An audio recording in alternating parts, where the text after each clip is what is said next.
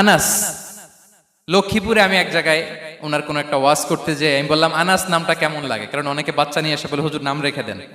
তাই আমি বললাম আজকে এখানে নাম দিয়ে দেই আনাস। এই বছর এই লক্ষ্মীপুরে যত বাচ্চা হবে যাদের মনে চায় আনাস রেখে দিয়েন। 3-4 বছর পরে শুনি আনাস দিয়ে লক্ষ্মীপুর ভরে গেছে। অনেকে আমাকে জানাইছে ছেলের নাম কি আনাস, তো বলে যে ওই যে হুজুর আপনি 19 সালে আমাদের লক্ষ্মীপুরে এসে বলছিলেন, ওই কথা থেকে আমরা পেটে ছিল বাচ্চা, আমরা নিয়ত করে ফেলছি আনাস রাখবো। আনাস নামটা অনেক সুন্দর না?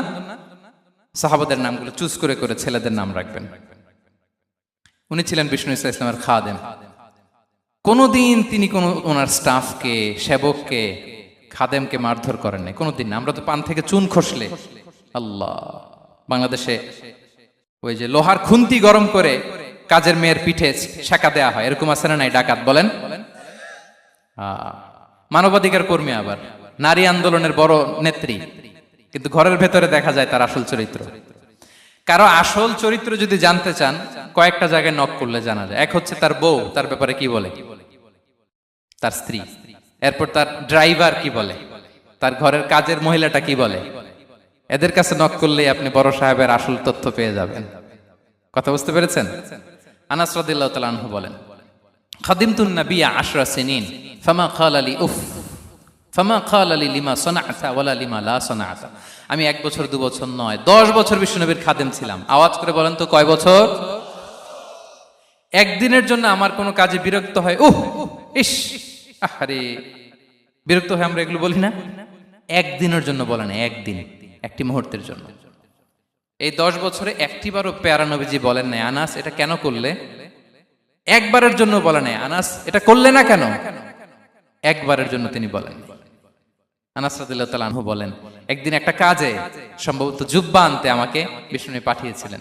আমি ছোট মানুষ, জুব্বা আনতে যে ভুলে আমি মদিনার বাচ্চাদের খেলা দেখতে আরম্ভ করলাম।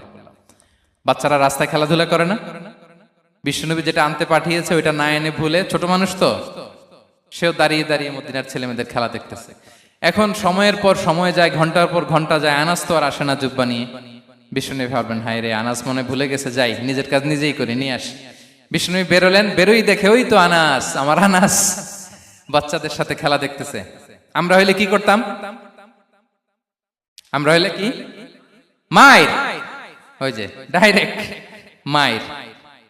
আল্লাহ, আজকে তোর একদিন কি আমার একদিন না?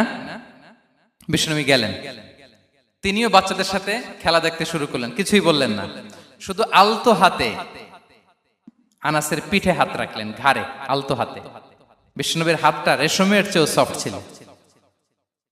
হাত রাখলেন, হাত রাখাতে আনাস রাদিয়াল্লাহু তাআলা আনহু ফানাযারতু ইলাই, তিনি বললেন আমি পিছনের দিকে তাকালাম, বিষ্ণুনবীর দিকে আমি তাকালাম। হঠাৎ করে দেখলাম যে বিষ্ণুনবী। তাকানোর পর পর আমি ভয় পেয়ে গেলাম, কিন্তু বিষ্ণু সাল্লাল্লাহু আলাইহি ওয়াসাল্লাম ধমকও দেয় নাই, কিরে আনাস তুই এখানে, এটাও বলে নাই। তাকালাম, ওয়া হুয়া ইয়াদহাক, তিনি একটা মুচকি হাসি দিলেন। বললেন আনাস তোমাকে না কাজে পাঠিয়েছিলাম, এখানে কেন? আনাস বলে ইয়া রাসূলুল্লাহ ক্ষমা করে দেন, আমি যাচ্ছি। আনাস বলে বিশ্বনবীর সেদিনের মুচকি হাসির শাসন মরার আগের দিন পর্যন্ত আমার এই সোজা রাস্তায় রেখেছে।